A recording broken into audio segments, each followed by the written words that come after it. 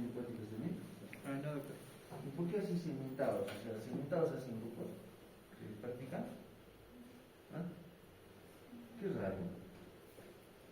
Podrías, a ver, tú me has dicho quién pensás que está llegando de Culiacán, no entiendo. ¿Con quién hace prácticas?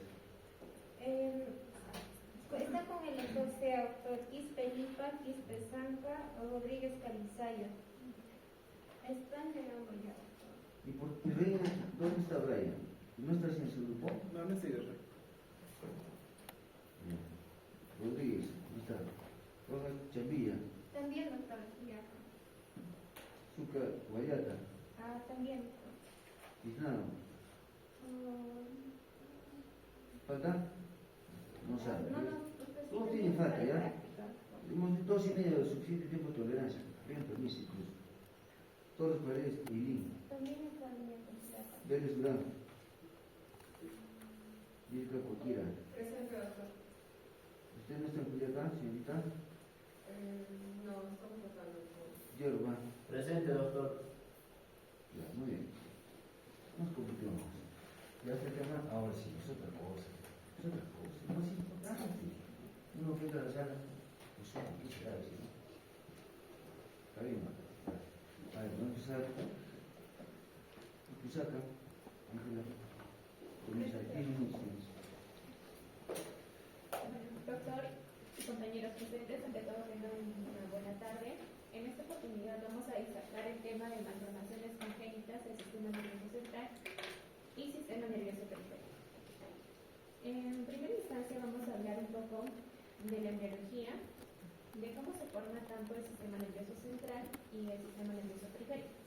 Ya se inicia con un proceso denominado como neuromutación, que comienza a finales de la tercera semana y termina en la cuarta semana.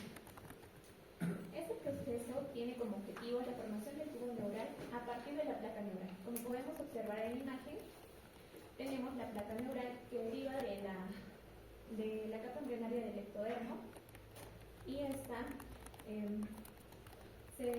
se va formando con el paso desde la tercera semana hasta la cuarta semana y inicia el proceso de la embriogénesis, como podemos ver sobre el ectodermo, ¿no? Por encima y lateralmente a la mitocordia. Y en este proceso van a participar estas sustancias que son la corina, norina, polistatina, y gracias a estas van a coordinar son los inhibidores de esta proteína BMP4 que ayuda a la diferenciación tanto de la columna vertebral como también de la embriogénesis del sistema nervioso. Entonces, luego la placa neural se va a extender en dirección cefalocaudal y gracias a esto se va a formar el surco neural por un crecimiento, ¿no? De la placa neural también. Antes de pasar a eso, lateralmente al tubo neural, como estamos observando, se forman las crestas neurales. Ahora, en los bordes laterales se van a formar los pliegues neurales, así como estamos observando, para poder dar origen ya al cierre completo del tubo neural y formar el conducto neural. Ahora, a nivel del primer somita occipital y el cuarto somito occipital, estos pliegues neurales se van a aproximar, se van a ir juntando, uniendo y finalmente dan origen al tubo neural. Ahora, en el tubo neural vamos a tener el epitelio, que es denominado el neuroepitelio, que vendría a ser prácticamente la pared del tubo neural. Y también el conducto neural, que vendría a ser el que constituye la cavidad del tubo neural. Entonces, inicialmente en el tubo neural vamos a ver que van a quedar dos aberturas, como podemos observar en la imagen. En la parte superior, el neuroporo rostral, también denominado como neuroporo craneal, que se cierra el día 25 y 3 días después se cierra el neuroporo caudal, que se encuentra en la parte inferior.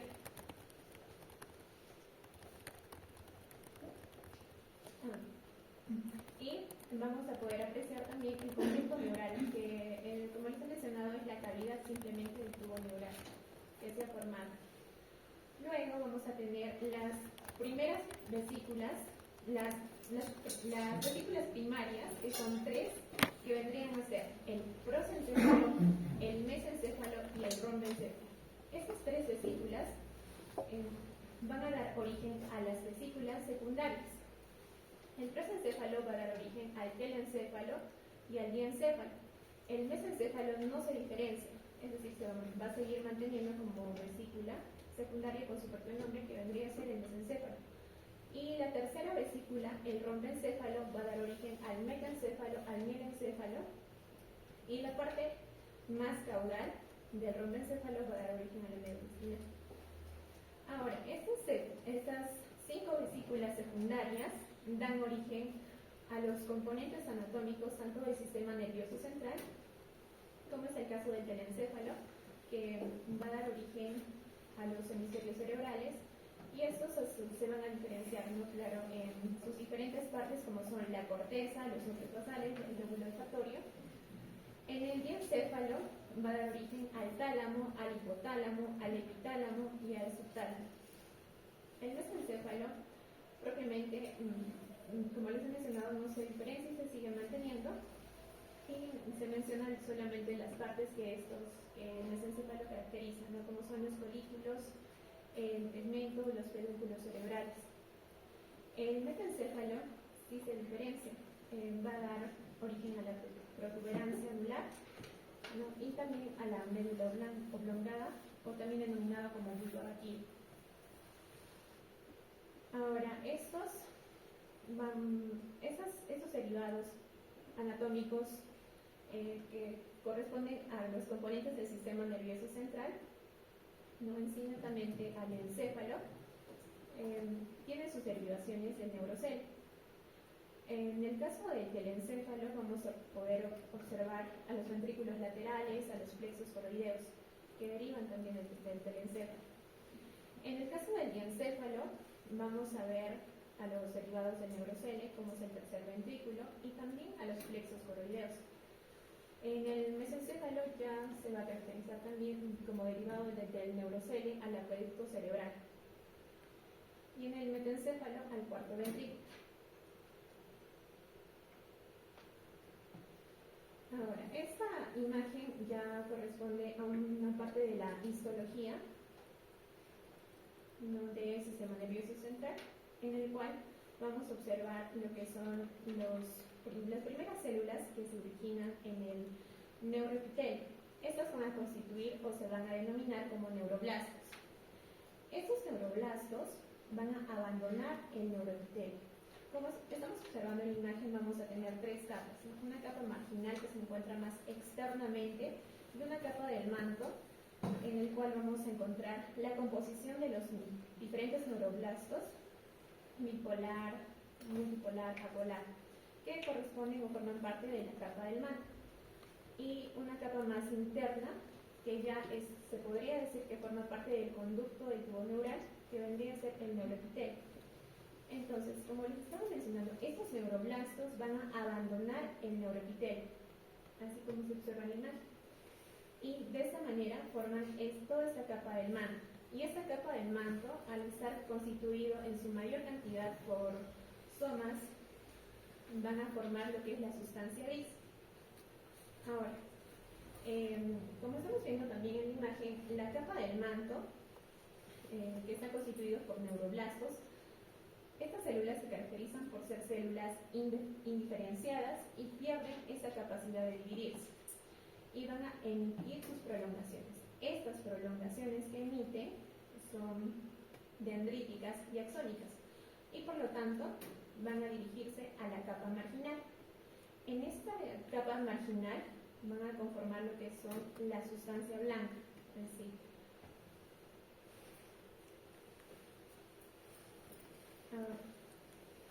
Tenemos también a las células de la cresta neural, que básicamente se van a originar de la fusión de los pliegues neurales y hace que estas diversas células se disocien del grupo epitelial y se depositen a nivel del tubo neural y a nivel del ectodermo, que es de la capa de la cual deriva la mayor cantidad de componentes central, excepto de las células gliales, ¿no?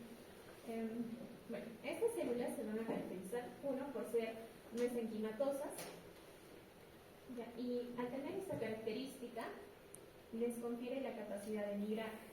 Y por lo tanto, al ser células mesenquimatosas, también pueden originar o dar origen a diferentes estructuras, como es el corazón, la epidermis, la médula suprarrenal, las estructuras propias del sistema nervioso en este caso, ¿no? Entonces, también a estas células se les considera como la cuarta hoja germinativa, aparte de las tres que ya les he mencionado que conocemos. La migración va a ser en sentido cefalocaudal, ya como estamos observando en la imagen. Ahora, en el caso de la médula espinal, ya hemos visto los componentes embriológicos del encéfalo propiamente, entonces vamos a continuar con lo que es la médula espinal, que es el otro componente que forma parte del sistema nervioso central. Esta, como estamos observando, se considera se origina, mejor dicho, de la porción estrecha del tubo neural. ¿Ya? Y vamos a ver que se va a encontrar ubicada, alojada a nivel del conducto vertebral.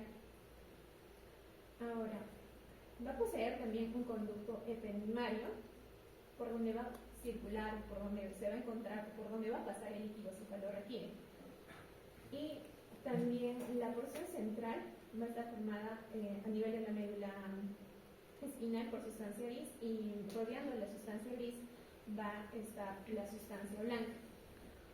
En la sustancia gris, vamos a ver, ya veré esta imagen. En la sustancia gris vamos a ver astas posteriores que van a tener una característica de ser sensitivas. También son denominadas como astas dorsales. Y vamos a tener astas anteriores, o también denominadas ventrales, que tienen una característica de ser motores. Estas van a estar protegidas también por las meninges.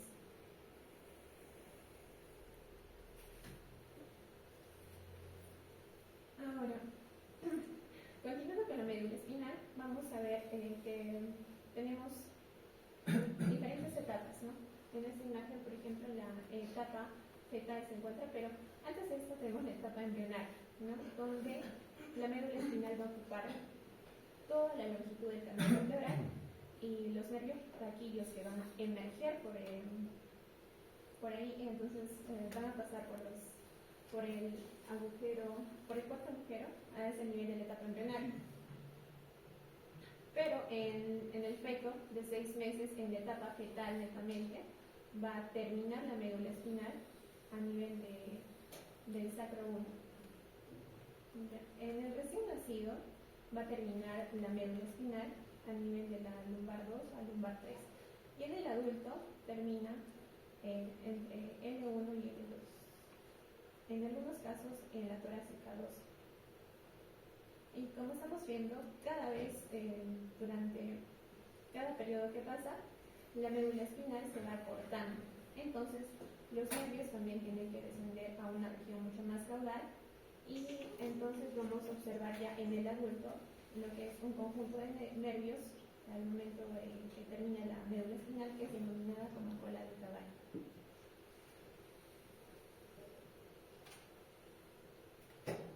Bueno, vamos a continuar con las malformaciones cranoencefálicas. Entonces, ¿qué ocurre cuando existe alguna alteración de toda esta formación del tubo neural?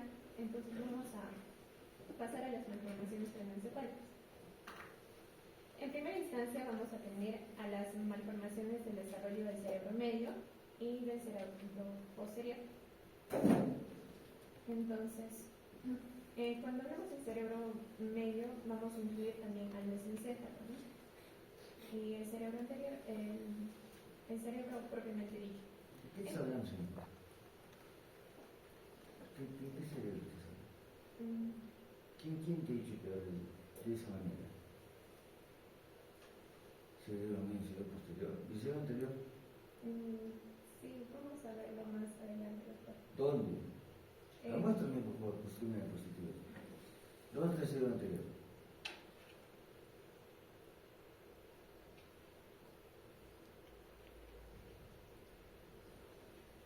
¿Dónde está el texto que estoy diciendo? Las diapositivas.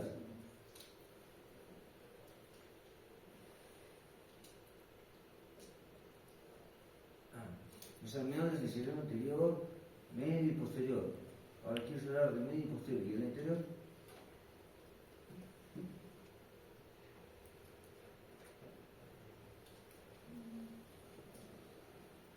¿Por qué ese desorden? ¿Por qué empieza con el anterior, medio y posterior? ¿Por qué? La vuelvo a traer. Bueno.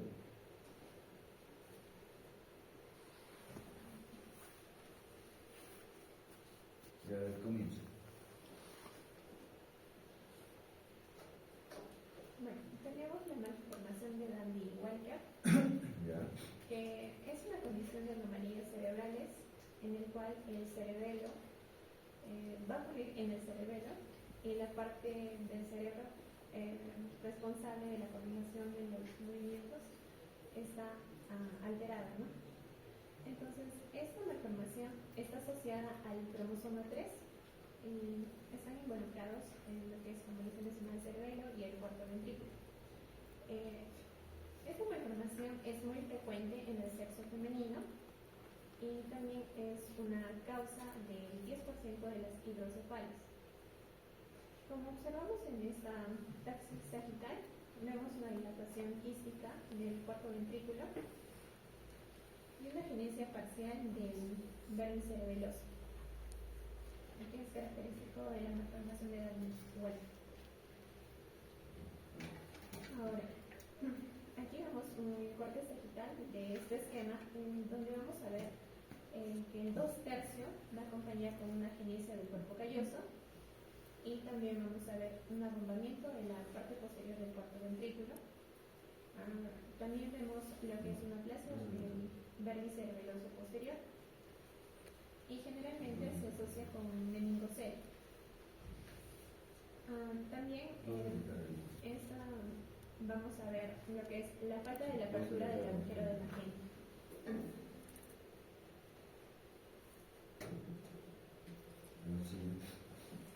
El caso clínico de esta malformación de Walker se caracteriza por presentar macrocefalia. Hemos visto en la anterior diapositiva una compresión de las estructuras de la fosa posterior. Al examen físico también vamos a ver, por ejemplo, una hiperreflexia de los pies y se puede presentar también un retraso mental motor en un 50%, por lo cual tendría que ser característico. También vemos nistagmo, que vendría a ser la oscilación espasmódica del globo ocular alrededor de su eje horizontal y de su eje vertical, ¿no? Y como les he mencionado también la hidrocefalia. Para poder diagnosticar es necesario realizar una tomografía donde vamos a observar también la dilatación quística del cuarto ventrículo, una hipoplasia del vermis cerebeloso y en la tercera imagen también vemos lo que es hipoplasia del vermis cerebeloso y la comunicación del cuarto ventrículo con la fosa posterior, ¿no? Y la presencia de hidrocefalia también, que es muy característica. Ahora, también vemos aquí lo que es la dilatación de los ventrículos laterales y del tercer ventrículo. Esta es, bueno, son imágenes de una tomografía muy corte.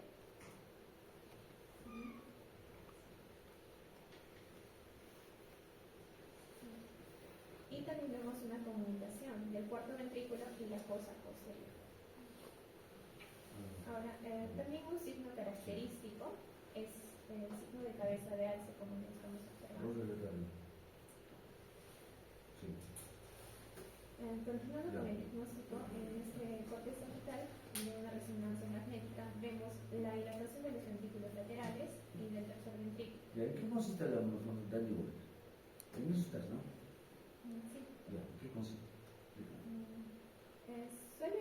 Bueno, afecta más al cerebelo y, o sea, están estructuras afectadas como es el cerebelo, donde vemos una aplasia cerebelosa.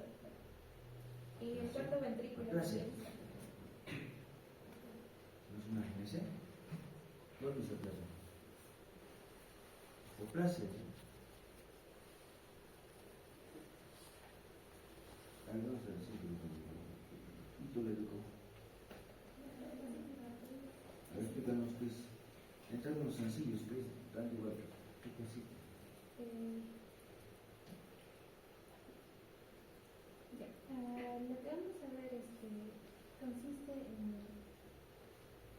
Esta es una anomalía cerebral en que el cerebelo, que viene a ser responsable, ¿no?, de los movimientos, está alterado. Entonces, ¿qué es lo que vamos a ver aquí? Que va a haber una dilatación del cuarto ventrículo, como podemos ver aquí en esta imagen, y agenesia parcial. ¿Qué significa? Vamos a decir que va a desaparecer, ¿no?, una parte del dermis cerebeloso. Entonces, por eso aquí vamos a ver una dilatación física del cuarto ventrículo. Esa parte de aquí. ¿Cómo? O sea, ¿en qué consiste? Consiste en que el cerebelo y el cuarto ventrículo, lo que sucede es con esto una agenesia, significa que estas desaparecen un poco. ¿El cerebelo? Sí. Ya. Y desaparecen un poco, por eso aquí podemos verlo ¿Un pequeño. poco desaparece? No, desaparecen. Entonces aquí vamos a ver que está, ya no lo podemos notar casi que totalmente. ¿Y qué más es? ¿Eso es todo lo que se ve? No, también vamos a ver una agenesia parcial del dermis cerebeloso, como podemos ver. ¿Qué más? ¿Qué más? Okay. ¿Y atrás qué ves, presidente? ¿Qué ves? Atrás.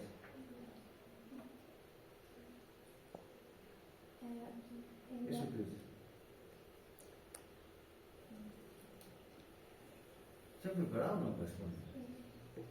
O los suspendimos porque no se han preparado, parece. Ya nos. A ver, explícanos qué es tan igual, para que todos entendamos. La malformación de Danny-Walker va a consistir en una dilatación quística del cuarto ventrículo y una agenesia parcial del dermis cerebeloso.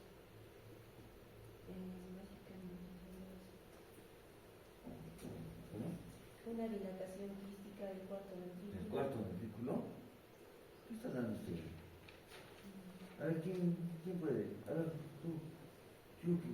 ¿Ya? A ver, Aquí es la dilatación quística de la fosa posterior, ¿Ya? que hay una comunicación que dilata a su vez el cuarto ventrículo, que condiciona una agenesia parcial o completa del dermis cerebeloso. ¿Solamente el vermis? El dermis cerebeloso comúnmente y parte del cerebelo. No. ¿Cuál parte del cerebro? La dermis y sus lóbulos cerebrales. Hemisferios. Hemisferios, ¿Cuál está en este caso con hipoplasia? el dermis cerebeloso. No, los dos. También los hemisferios cerebelosos. Continúa tú. Tú tenías un truque, ¿no? Sí. Después, ¿eh? Después. Espera un momento afuera, por favor. Después. Espera un momento. Avance, por favor.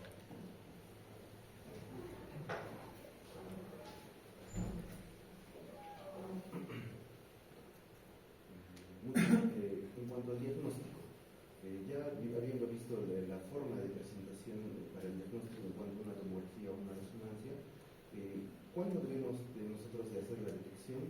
Se hace con ultrasonido, y eso se hace, es un ultrasonido de forma transfrontanelar anterior, antes de las 12 a 14 semanas, donde se observa la hipoplasia del dermis cerebeloso. ¿Ultrasonido cuándo lo dices? No te entiendo.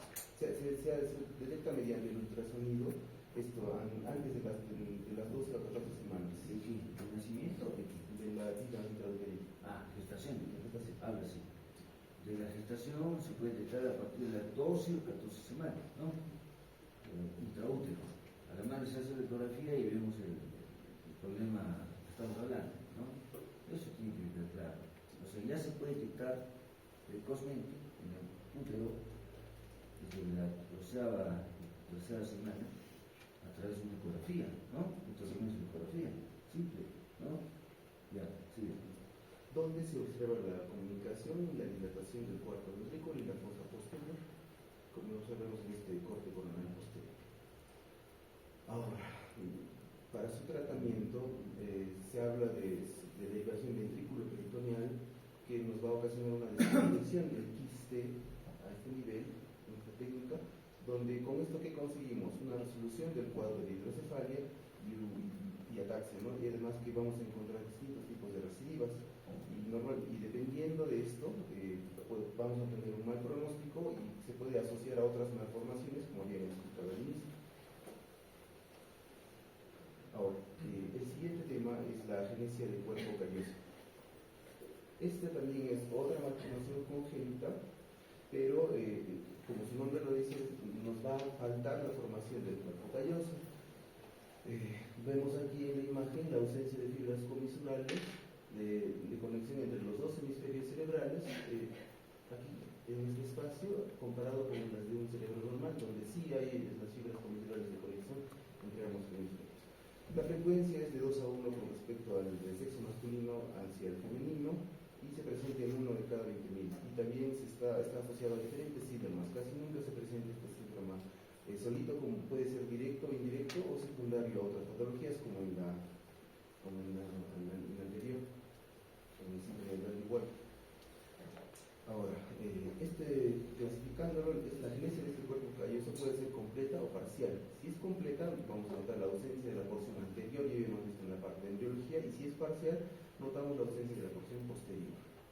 Ahora, si hablamos de factores genéticos, vamos a tener los principales que indican XQ28 y el SLCU12A6 en el brazo 15Q14, en ese cromosoma. Y esto va a ser principalmente en prematuros.